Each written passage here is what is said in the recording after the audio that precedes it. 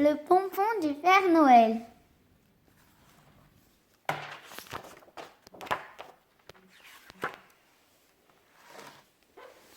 Au pays de Noël, le traîneau est déjà prêt, tout chargé de cadeaux.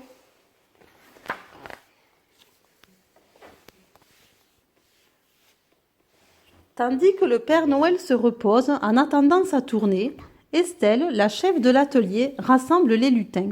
Ils sont tous là, Colin, Fripon, Fleur, Marin, Swiss et Swan. Il est temps de préparer la tenue du Père Noël pour la belle nuit du 24 décembre, dit Estelle. Swan et Swiss sortent l'habit de la grande armoire. Mais s'écrie Estelle, il est tout mité, tout abîmé. Regardez, des trous par-ci, des trous par-là, dans les manches, dans les poches, dans le col et dans les plis. Et ne parlons pas du bonnet, le pompon est tout flétri. Il faut un habit et un bonnet neuf. Mais c'est impossible, protesta Marin. Des habits de Père Noël, cela ne se trouve pas dans les magasins. Pour la vraie tenue du Père Noël, il faut de la fourrure du Japon pour la doublure, des boutons en bois du Cameroun, de la laine d'Écosse pour le manteau et le bonnet, de la soie d'Inde pour le pantalon, du cuir d'Amérique pour les bottes et un pompon fabriqué par une toute petite grand-mère dans une toute petite maison au milieu des montagnes en France. Eh bien, les petits lutins, dit Estelle, en route, aussitôt, tous bondissent dehors. Lune, es-tu là? Et la lune fait glisser 6 rayons jusqu'au pays de Noël. Et un clin d'œil, les petits lutins se précipitent. Swan saisit le premier rayon de lune, et hop, le voici assis devant un tipi. Le grand chef indien, Toki, lui offre un bol de lait de bison, ainsi qu'une splendide peau de cuir.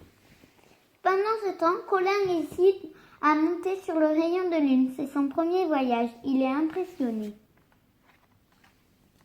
De son côté, Fripon arrive bientôt au Japon. Là, il rencontre le sage Lao Lao. Le vieil homme lui raconte une légende de son pays. Puis, il tend sa plus belle fourrure au lutin.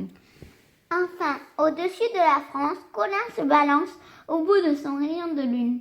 Voilà, il se rapproche de la montagne.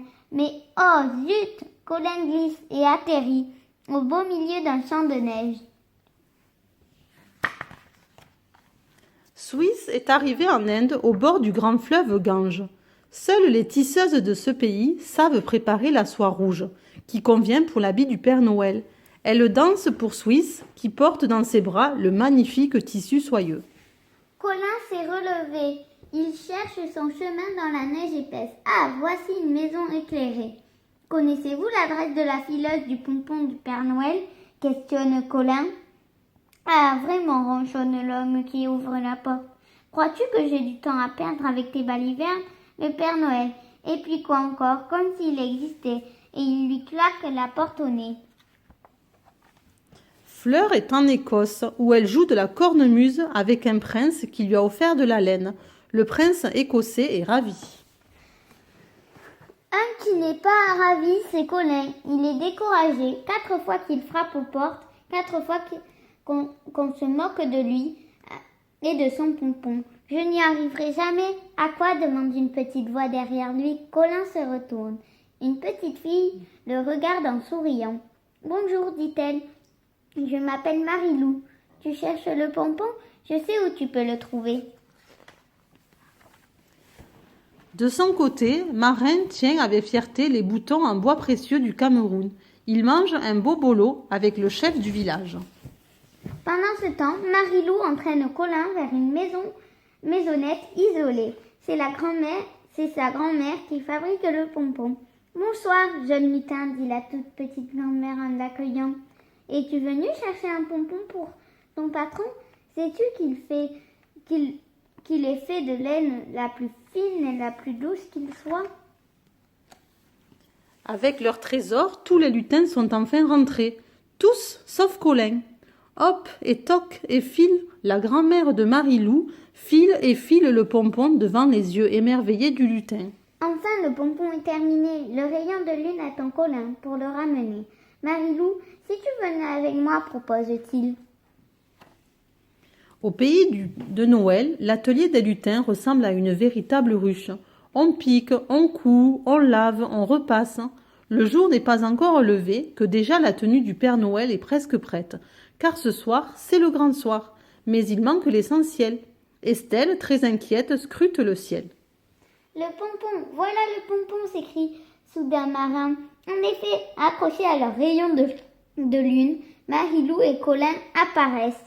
Hurrah pour Colin, chantent les lutins en chœur. Et pour Marilou, ajoute Colin, sans elle, je n'aurais jamais réussi. Pas une seconde à perdre, ordonne Estelle. Marilou, à toi l'honneur. Dans un silence incroyable, Marilou coud le pompon sur le bonnet du Père Noël. Et hop, c'est fini, sourit-elle en tranchant le fil. Enfin, le moment tant attendu arrive. Le Père Noël descend dans l'atelier. Il essaie sa tenue. Elle lui va à merveille. C'est bizarre, dit-il. Mon habit semble avoir rajeuni. C'est comme vous, Père Noël, déclara Louise. Vous restez toujours aussi jeune, d'année en année. Le Père Noël sourit. Il s'en va en sifflotant, mais le voilà qui revient soudain. Dis-moi, petite fille, dit-il en s'adressant à Marilou, que dirais-tu d'une promenade entre nous, disons, ce soir? Les yeux de Marilou brillent comme des étoiles. Le soir venu, tout est prêt pour le départ. Marilou, déjà installée dans le traîneau, se penche à l'oreille du Père Noël. Celui-ci l'écoute, puis se tourne vers Colin. « Dis-moi, petit lutin, viendrais-tu avec nous ?» Et dans la nuit scintillante, le Père Noël s'envole pour une nouvelle tournée de cadeaux, avec, à ses côtés, une petite fille et un lutin qui ne sont pas prêts d'oublier ce voyage de rêve.